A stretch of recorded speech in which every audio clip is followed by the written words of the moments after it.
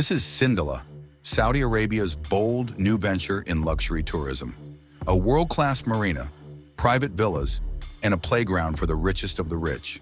A cornerstone of Neom, the $500 billion megacity of the future, Sindalah promises to redefine the very meaning of luxury. But behind the glittering surface of this ultra-modern oasis lies a story of ambition, controversy, and the battle for Saudi Arabia's future. Will this luxury haven succeed, or will it crumble under the weight of its own outrageous promises? Join us on this journey to uncover the most ambitious and controversial projects happening today. Please subscribe to our channel and hit that bell icon so you don't miss what's coming next. The jewel of Neom's Red Sea, Sindalah, a breathtaking new island destination, has officially opened its doors to its first wave of exclusive guests. This marks the arrival of the crown jewel in Neom's visionary transformation, an island that promises to redefine luxury, leisure, and sustainability in the heart of the Red Sea. With a year-round temperate climate, crystal-clear azure waters, and an unparalleled mix of nature and cutting-edge design, Sindalah is not just an island. It's the gateway to a new era of travel. Stretching across 840,000 square meters, Sindalah is poised to become the premier hub for the global yachting community. Its state-of-the-art marina, featuring 86 berths and 75 additional offshore buoys, is a paradise for superyachts, positioned just 17 hours away by boat from major Mediterranean yachting destinations.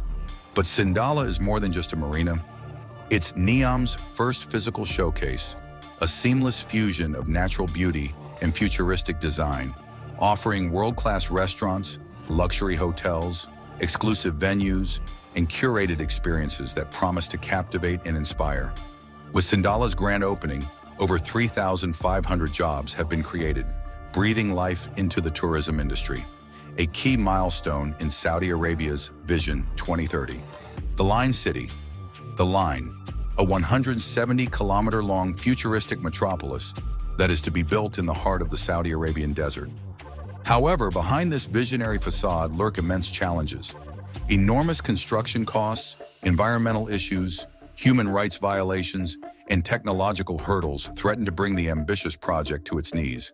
In early 2021, Crown Prince Mohammed bin Salman, also known as MBS, revealed to the world a visionary project, The Line. This linear city of gigantic proportions is planned to be built in the remote northwest of Saudi Arabia. The line is planned to consist of two parallel skyscrapers, each located 500 meters apart and stretching over a length of 170 kilometers. Between the two skyscrapers, an open atrium will be created, resembling a massive walled city that highlights the immense scale of the project. These skyscrapers will stretch across the desert over their entire length, a distance roughly equivalent to the distance between London and Birmingham. The Saudi government claims that, once completed, the line will house 9 million people, more than the population of New York City, all on a mere 34 square kilometers of land. Unlike any other city in the world, the line is planned as a completely car-free zone. Within this city, every resident will be no more than 5 minutes on foot from all essential facilities. Flying robot taxis are also planned to transport people, robotic roommates will be introduced, and even an animatronic version of Jurassic Park is part of the vision. A man-made moon and a 24-hour surveillance system are also included in the plans. The initial costs for completing the line were estimated at $200 billion. But by 2024, these estimates have skyrocketed to at least $2 trillion, a tenfold increase. The Saudi economy is heavily dependent on oil. About 40% of the entire economy, 87% of government revenues, and 90% of export income come from the oil sector. After coming to power, MBS quickly implemented measures to free the Saudi economy from its dependence on oil and to drive the development of tourism. The construction of a ski resort in the Neom region may seem absurd at first glance, but in reality, temperatures there occasionally drop below freezing during the winter season. With a variety of artificial snowmaking systems, the plan is to prepare about 36 kilometers of ski and snowboard slopes, but the slopes will only be accessible for about 3 months. The location of the entire Neom project is also of great geopolitical significance. It is situated close to Saudi Arabia's proximity to Europe and just a stone's throw from the Suez Canal, which connects the Red Sea to the Mediterranean. In 2017, Saudi Arabia negotiated with Egypt to acquire the strategically valuable islands of Tiran and Sunafir at the entrance to the Gulf of Aqaba. The Saudis plan to build a bridge that will directly connect Neom to the Egyptian resort city of Sharm el-Sheikh, a hub of Egypt's tourism industry. This bridge would directly connect the Saudi and Egyptian tourism industries and, for the first time, create a land link between Egypt and Saudi Arabia that does not pass through Israel. One of the fiercest critics of Neom was Jamal Khashoggi, a Saudi journalist and dissident who fled the country in 2017 and worked as a columnist for the Washington Post. In March 2018, he publicly criticized the Neom project, warning that the country could be driven into bankruptcy if the project failed.